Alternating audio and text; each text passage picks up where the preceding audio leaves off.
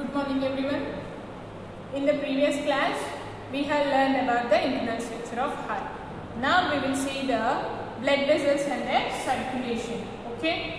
So let us study how we came to know about the structure of and functions of the blood vessels. So ఇక్కడ ఏం చూస్తామంటే structure వాటి యొక్క structure and functions చూస్తాం blood vessels యొక్క function.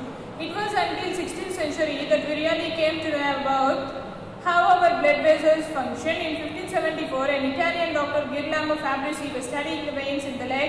He noticed that they had small valves in them. If the blood moved in one direction, the valves folded towards the walls of the vessel so that the blood could pass without trouble. If the blood moved in the opposite direction, the valves closed. So, Girolamo Fabrici, an Italian doctor, 1574 లో దేని మీద study చేశాడంటే veins మీద study చేయడం జరిగింది. ఆయన ఏం observe చేశారంటే ఈ యొక్క బ్లడ్ వెసల్స్ లో వాల్వ్స్ ఉంటాయి. ఆ వాల్వ్స్ ద్వారా థిన్ వాల్వ్స్ ద్వారా బ్లడ్ ఫ్లో అవుతున్నప్పుడు ఓన్లీ వన్ డైరెక్షన్ లో మాత్రమే ఫ్లో అవుతుంది. వన్ డైరెక్షన్ లో ఫ్లో జరిగినప్పుడు ఈ యొక్క వాల్వ్స్ అన్ని ఈ యొక్క బ్లడ్ వెసల్స్ యొక్క వాల్ సైడ్ ఫోల్డ్ అవ్వడం జరుగుతుంది. అదే ఆపోజిట్ డైరెక్షన్ లో ఫ్లో అనేది జరగాలి. ఫర్ సపోజ్ బ్లడ్ అనేది ఇలా వాల్వ్స్ నుంచి ఈ యొక్క థిన్ వెసల్స్ లో ఇలా వెళ్తున్నప్పుడు ఏం జరుగుతుంది అంటే ఈ యొక్క వాల్వ్స్ కెళ్ళి వాల్వ్స్ అనేవి ఏం జరుగుతున్నాయంటే దీని సైడ్ ఫోల్డ్ అయి వెళ్ళడం జరుగుతుంది. ఒకవేళ అదే ఇప్పుడు పై నుండి ఫ్లో వస్తుంటే ఆపోజిట్ డైరెక్షన్ నుండి బ్లడ్ వస్తున్నప్పుడు ఈ యొక్క వాల్వ్స్ ఏమవుతాయంటే ఆటోమేటిక్ గా క్లోజ్ అవ్వడం జరుగుతుంది. ఓకే, నెక్స్ట్ చూడండి. This meant that there are one-way valves. The valves permitted the blood to move even when a person is standing upright but not move downward. So ఏం జరుగుతుంది, ఈ యొక్క valves only one way గానే వెళ్తాయి.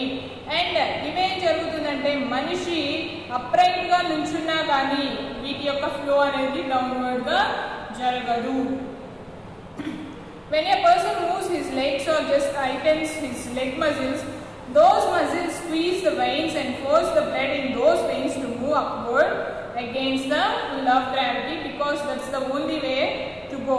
So when a person moves his legs or just tighten his leg muscles, ఒకవేళ ఈ యొక్క ఏదో ఒక పర్సన్ కనుక తన యొక్క లెగ్స్ ని మూవ్ చేసినా ఆర్ మజిల్స్ ని గట్టిగా టైటన్ చేసినా కానీ ఏం జరుగుతుందంటే those muscles squeeze the veins and force the blood in those veins to move upward against the pull of gravity.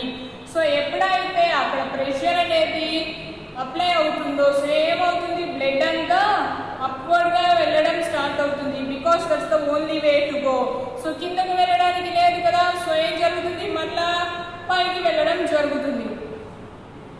If a person keeps his muscle relaxed, the blood is not moving much, but at least it is not being pulled down by gravity. The valves won't allow that. So అదే కనుక సరే ఆయన అప్పుడు దాకా muscle ని గట్టిగా fix చేశాడు, ఏదో ఒక దాంతో ఫోర్స్ అప్లై చేశాడు, రిలాక్స్డ్ గా ఉన్నప్పుడు కూడా ఏం జరగదంట, బ్లడ్ అనేది is not moving much.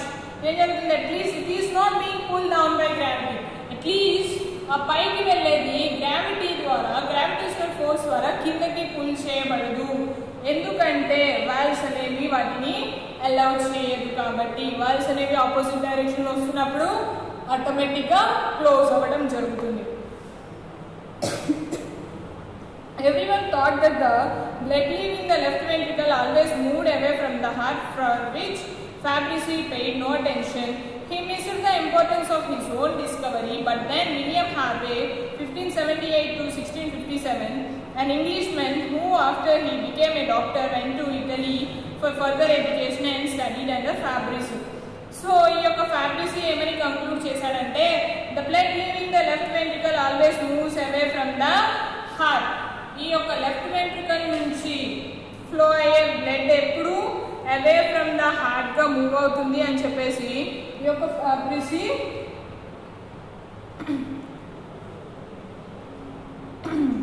Attention ని దానికి సంబంధించిన దాన్ని ఆయన తెలుసుకోలేకపోయాడు. He miss the importance of his own discovery. తన యొక్క ఓన్ డిస్కవరీని ఆయన సరిగ్గా కంక్లూడ్ చేయలేకపోయాడు. సో విలియం హార్వే ఆయన ఇంగ్లీష్ మెన్ ఏం చేశాడంటే after he become a doctor అయిన తర్వాత went to Italy for further education. So further education కి ఈయన ఏం చేశాడు, ఇటలీ వెళ్ళి ఫ్యాబ్రిసీ కంక్లూడ్ చేసిన దాని మీద ఈయన స్టడీ చేయడం స్టార్ట్ చేశాడు. Harvey dissected the hearts of dead people and study the walls between each atrium and its ventricle. So ఏం చేశాడు ఈయన, హార్ట్స్ చనిపోయిన వాళ్ళ హార్ట్ తీసి డిసెక్షన్ స్టార్ట్ చేసిన తర్వాత సో వాటి మధ్యలో ఉన్న వాల్స్ గురించి ఈయన చదవడం స్టార్ట్ చేశాడు, ఎట్రియం కి at the same time ventricle కి.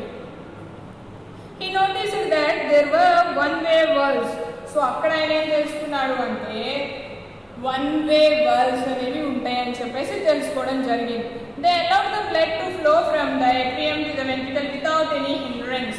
సో ఈ యొక్క one-way valves ఏం చేస్తున్నాయి అంటే ఎట్రియం నుంచి వెంట్రికల్ కి బ్లడ్ ఫ్లో అవ్వడానికి ఎలాంటి హిండరెన్స్ అనేది జరగకుండా, ఆగిపోవడం జరగకుండా చేస్తాయి.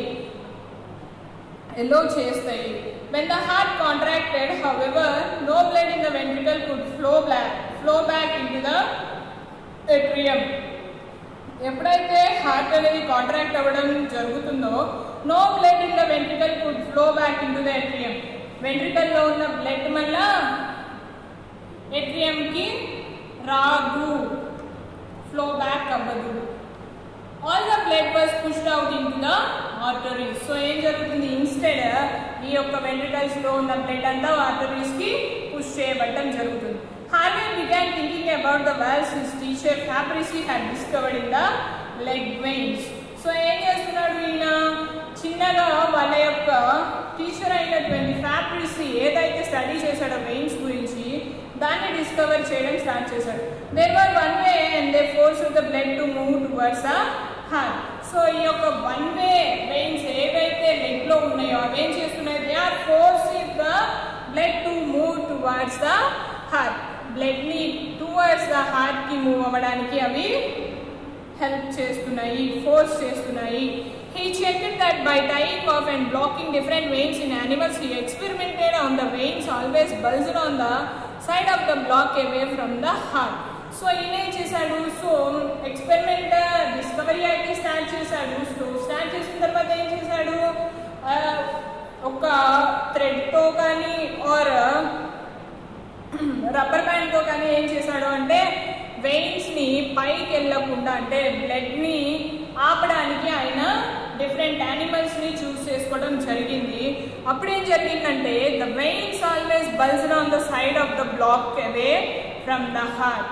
సో ఏం జరుగుతుంది, అవే ఫ్రమ్ ద హార్ట్ లో ఉన్న హార్ట్ దగ్గర ఉన్న వెయిన్స్ అనేవి బల్జ్ అవ్వడం స్టార్ట్ అయినాయి. అంటే ఇక్కడ ఎక్కడైతే ఆయన ఫోర్స్ అప్లై చేశాడో దాని ఆపోజిట్ డైరెక్షన్ లో ఏం జరుగుతుంది, ఆ యొక్క బ్లడ్ అనేది బల్జ్ అవ్వడం. అంటే ఎక్కువ ఇప్పుడు ఫర్ సపోజ్ మనం ఒక బెలూన్ తీసుకున్నాం, బెలూన్ నిండా వాటర్ పోసాము. సో ఒక సర్టెన్ పాయింట్ దగ్గర మనం టై చేసినప్పుడు వాటర్ అనేవి ఏమవుతాయి, ఎటైతే ఎక్కువ ఉన్నాయో అటు బల్జ్ అవ్వడం స్టార్ట్ అవుతుంది కదా. At some point of time ఏమవుతుంది, అది పగిలిపోవడం జరుగుతుంది కదా. Next student, as though the blood is trying to flow towards the heart and to accumulate just below the block because it simply could not flow away from the heart. This was true of all veins. So ఏం జరుగుతుంది, as though the blood is trying to flow towards the heart. So blood అనేది trying to flow towards the heart. So towards the heart కి వెళ్ళడానికి ఏం చేస్తుంది, try చేస్తూ ఉంది. and to accumulate just below the block. So ఆ below the black దగ్గర ఉండడానికి అలాగే ఉండిపోయింది. Because it simply could not flow away from the heart. So ఎందుకంటే ఈ యొక్క బ్లాక్ లో నుండి కిందకి ఎందుకు వెళ్ళిపోలేకపోతుంది అంటే ఇక్కడ అసలు ఎటు నుండి బ్లడ్ అనేది ఫ్లో అవ్వకుండా మనం ఏం చేసాము అంటే దాన్ని గట్టిగా ఏదో ఒక థ్రెడ్తోనో రబ్బర్ బ్యాండ్తోనో పెట్టడం వల్ల కిందకి బ్లడ్ అనేది ఫ్లో అవ్వట్లేదు. దీన్నే ఏమంటాము, దిస్ వాజ్ సింగిల్ వే అని చెప్పేసి అనొచ్చు కదా. సో ఆయన కంక్లూడ్ చేసిన ఫ్యాబ్రిసి కంక్లూడ్ చేసింది ట్రూ అని చెప్పేసి ఈయన లాస్ట్ లో కంక్లూడ్ చేయడం జరిగింది. In the arteries the blood bulged on the heart side of any block he put in as though it were trying to flow away from the heart and could not move in the other direction. So arteries lo, in the arteries the blood bulged on the heart side of any block.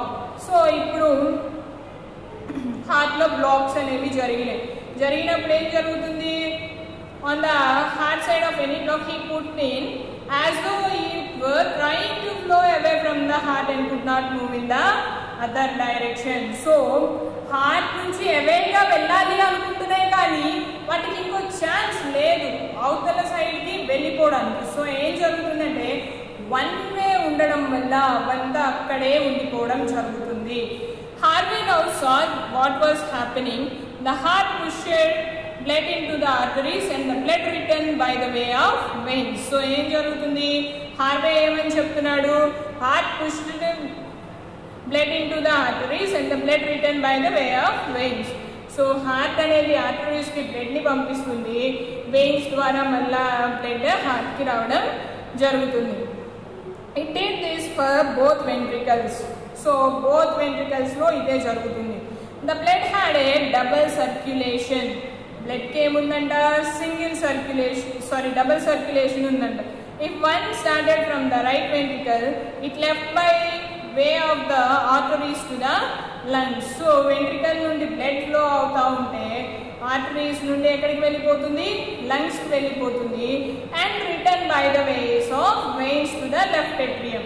So left atrium కి మరలా ఈ యొక్క veins ద్వారా blood అనేది రావడం జరుగుతుంది. First ఏమో ventricles నుంచి ఆర్టరీస్ కి వెళ్తుంది, ఆర్టరీస్ నుండి లంగ్స్ కి వెళ్తుంది. మళ్ళా ఈ యొక్క వెయిన్స్ ఏం చేస్తాయి, మళ్ళా బ్లడ్ ని తీసుకొని ఏట్రియం కి వస్తాయి. ఒక సైడ్ నుండి వెళ్తా ఉంటే ఇంకో సైడ్ నుండి హార్ట్ లో బ్లడ్ రావడం జరుగుతుంది.